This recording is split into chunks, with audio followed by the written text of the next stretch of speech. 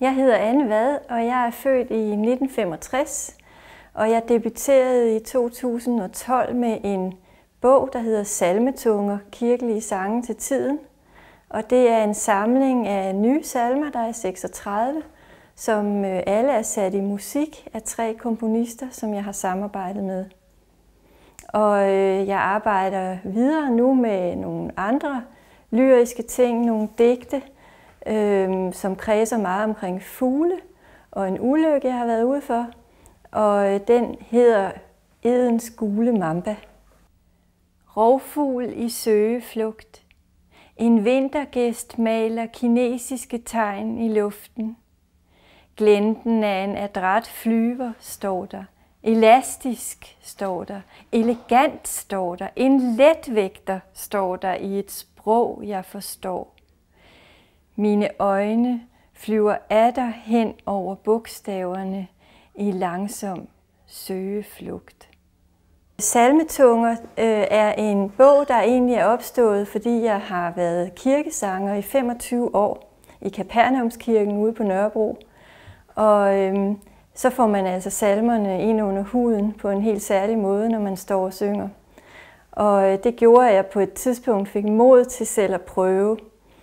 Og nøgleordene for mit salmearbejde, det er berøring og det at forholde sig til fortællingen i fortællingen i fortællingen.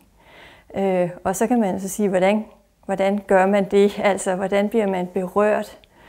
Og der tror jeg, at det vigtigste, det er faktisk, at man giver plads til den, der skal synge. Altså plads til den syngende. Og det kan man gøre ved at arbejde sprogligt.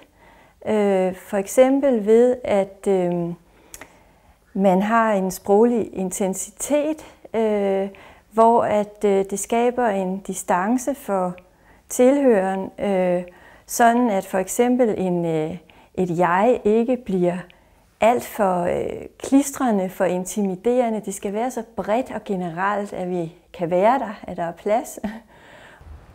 Kirke, din grundsten er klippen i lykken som skiftlige hav, emblem over tider, af tider besejlet i troens evighedslysende rav.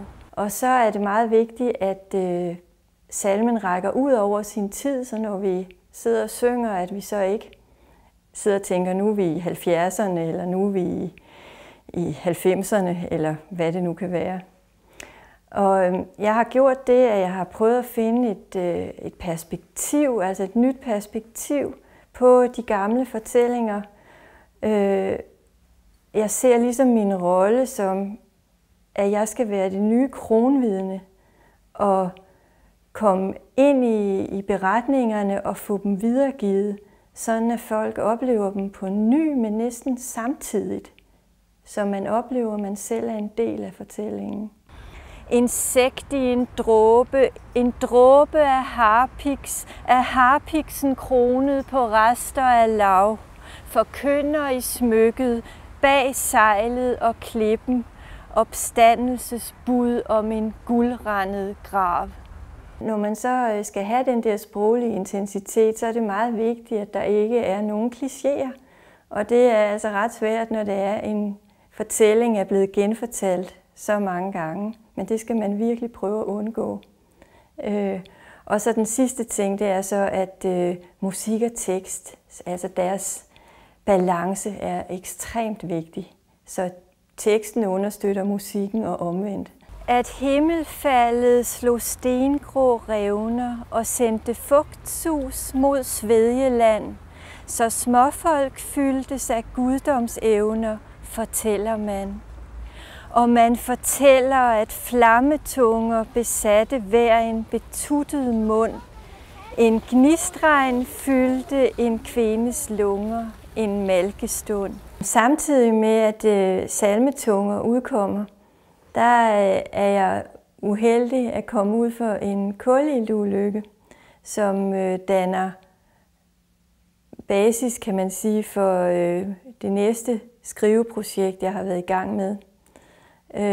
Og det er en ulykke, som sker i et gammelt sommerhus, hvor der er et køleskab, der ikke brænder rigtigt.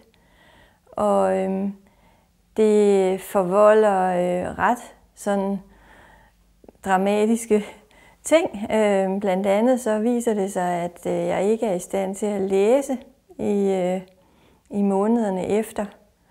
Og det at være et meget læsende menneske, og så lige pludselig ikke at kunne læse mere end få ord ad gangen, det var meget ubehageligt.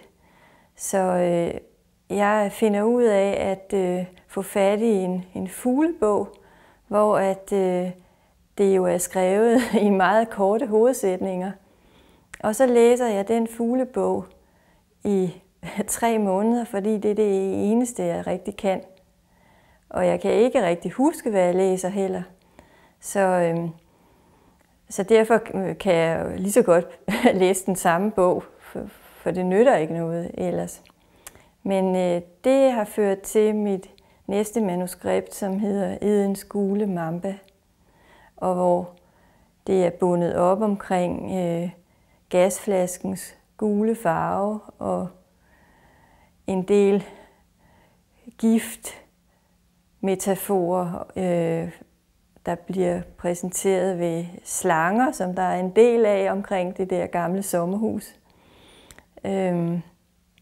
Og det er sådan hele forløbet, jeg har fået skrevet digte om. Altså lige fra det dramatiske øjeblik, og så til erkendelsen af, at der er nogle ting, som ikke er de samme som før. Og så til, at jeg begynder at finde ud af, hvad jeg sådan rent faktisk kan, og at jeg dog er kommet et stykke siden ulykken skete. Sandstormen har lukket gabet på en nat. Udsynet til havet mellem klitterne er sandet til. Jeg kan ikke læse, viben skriger, en cirkel sort, en kurve hvid. Kun skarven, som sidder bumstille på pælen ude i fjorden med vingesort stof hængt til tørre. Et enstavelsesord skrevet af en ung ornitolog. Kan jeg et splitsekund læse, men huske det kan jeg ikke.